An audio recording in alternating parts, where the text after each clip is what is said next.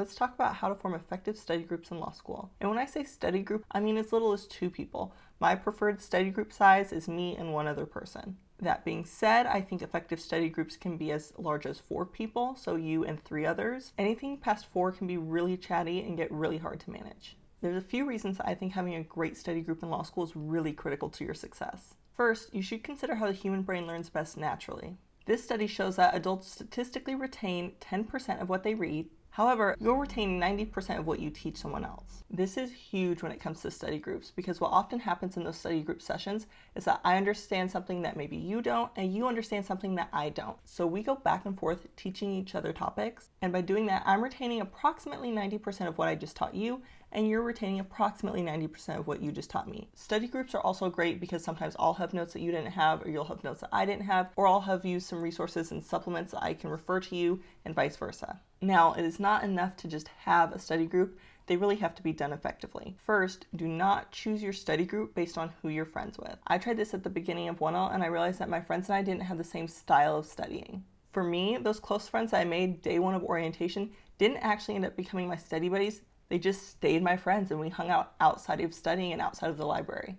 And instead, I found my study partner in office hours, oddly enough, because our professor suggested that we should start studying together because we were both in there asking, how can I do well on the final? I didn't choose to study with her because she was my friend. What made her a great study partner is that we had similar goals and were willing to put in similar hours to do well. And of course, from studying together so many hours, then she became a really great friend. So step 1 to forming an effective study group is to find someone with similar goals as you, regardless of who your friends are.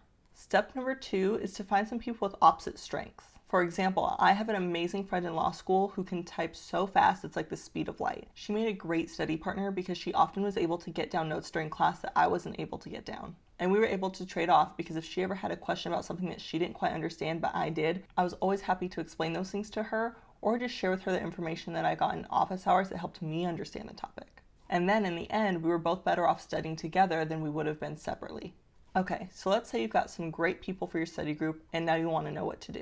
After you've done the reading and after you've gone to class, talk about the topics that you learned and see if any of you have any holes in your understanding of the material. Way too many students wait all the way until the end of the semester, and waiting this long really just ends up being a group outlining session, rather than working on your understanding of the material as the semester goes on. During these sessions when you recap the material together, if you find out that none of you understand a certain topic, or some of you have conflicting understandings of the topic, write down some questions for office hours and take that to the professor. Doing this is a great way of fleshing out what you don't understand, and it is far better to find that information out now in your study group than on the exam when the issue comes up. As the semester progresses, your study group should start outlining. I don't recommend outlining line by line together because I think it's the most beneficial to come up with different outlines and then compare them at the end of your process. My study partner and I did this and it was really great because at the end we would have 2 different outlines and notice that one person included something that the other didn't, and we're able to compare and contrast and ultimately come up with a final version of our outlines that was made better by doing that compare and contrast method. So you should be outlining the same class and the same topics at the same time,